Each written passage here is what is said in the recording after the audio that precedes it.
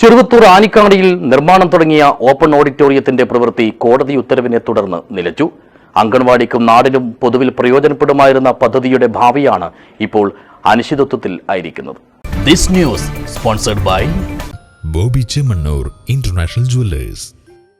M Rajagopalan എംഎൽഎയുടെ ആസ്തി വികസന ഫണ്ടിൽ നിന്നും അനുവദിച്ച 25 ലക്ഷം രൂപ ചെലവഴിച്ചാണ് ഓഡിറ്റോറിയം നിർമ്മാണിക്കാൻ തീരുമാനിച്ചിരുന്നത്.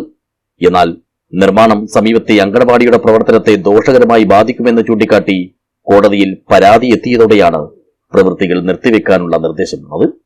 യുവജന കലാവേദി പഞ്ചായത്തിന് വിട്ടു നൽകിയ സ്ഥലത്താണ് ഓഡിറ്റോറിയം നിർമ്മിക്കുന്നത്. ഇവിടെ 1980 രൂപീകരിച്ച ഒരു ക്ലബ്ബാണ് യുവജന കലാവേദി.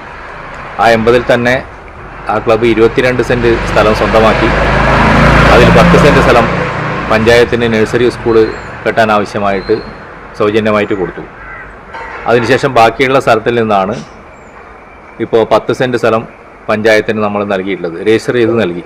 ആ സ്ഥലത്താണ് ഒരു ഓപ്പൺ ഓഡിറ്റോറിയം MLA ഫണ്ട് ഉപയോഗിച്ചുകൊണ്ട് നിർമ്മിക്കുന്നത്. ഈ ഓപ്പൺ ഓഡിറ്റോറിയം നിർമ്മിക്കുമ്പോഴും നഴ്സറി സ്കൂളിലേക്ക് ആവശ്യമായ 3 മീറ്റർ റോഡ് ഇവിടെ അവശേഷിപ്പിച്ചിട്ടുണ്ട്.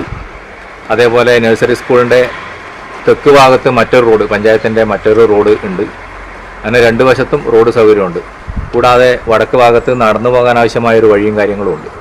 കൂടാതെ ഈ ഓപ്പൺ ഓഡിറ്റോറിയത്തിൻ്റെ അകത്തുകൂടിയും വാഹനത്തിന് പോകാൻ പറ്റും. അങ്ങനെയാണത് രൂപകൽപ്പന ചെയ്തിട്ടുള്ളത്. മുകളിൽ ഷീറ്റ്, ചുമര് തീരെയില്ല, അടിയിൽ ഇൻ്റർലോക്ക് പാവി, അങ്ങനെ ഒരു സംവിധാനമാണ് അതിൻ്റെ എഞ്ചിനീയർ തീരുമാനിച്ചിട്ടുള്ളത്.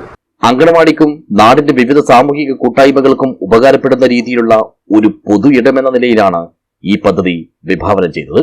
അതുകൊണ്ട് തന്നെ അംഗൻവാടിക്കും നാടിനുമെല്ലാം പൊതുവിൽ പ്രയോജനപ്പെടുമായിരുന്ന ഓപ്പൺ ഓഡിറ്റോറിയത്തിന്റെ ഭാവി അനിശ്ചിതത്വത്തിലായത് പ്രദേശവാസികളെ ആകെ നിരാശയിലാട്ടിയിട്ടുണ്ട്.